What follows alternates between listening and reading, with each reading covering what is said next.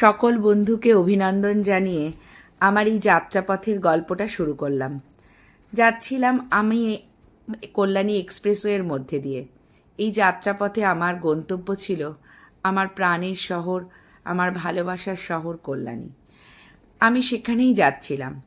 রাস্তাটা এত সুন্দর হয়েছে কি বলবো। যেতে যেতে ঢুকে পড়লাম কল্যাণীতে।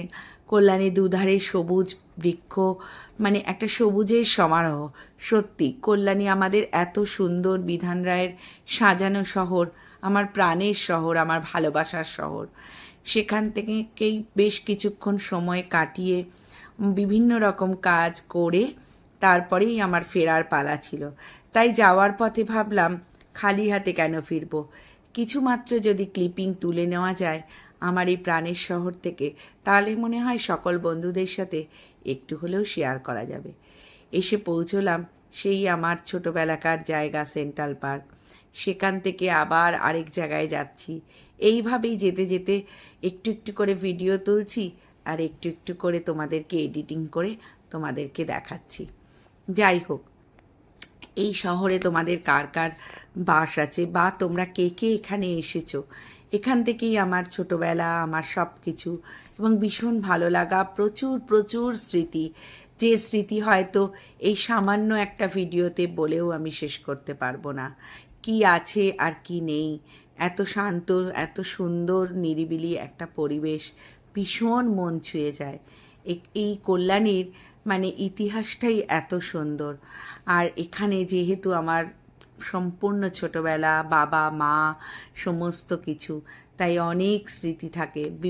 মানে যখনই আমি আসি তখনই একটু আধটু করেই ভিডিও করি আর সেগুলোকে ধরে রাখি ফোনের মধ্যে।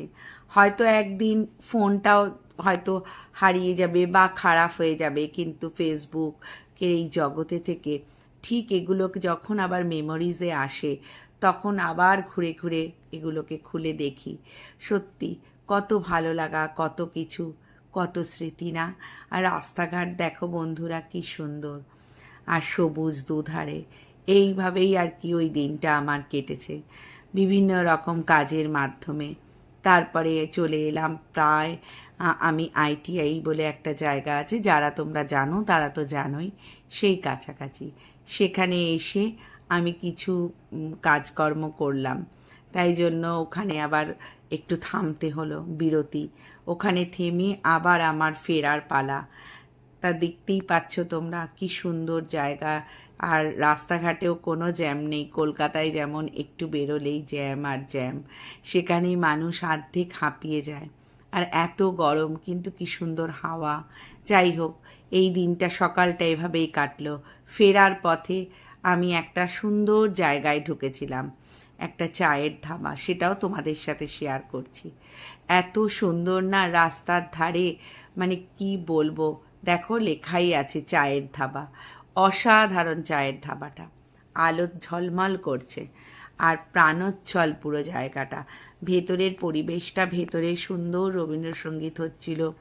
আর এই বাঁশের যে কাঠামোটা দেখছো, এটা কিন্তু দোতলা, ওপরেও ওঠা যায়, আবার নিচেও বসার ছোট ছোট কটেজ টাইপের আছে। পথটা দেখো কি সুন্দর। আর দূরে দেখতে পাচ্ছ ওদের ক্যান্টিনটা।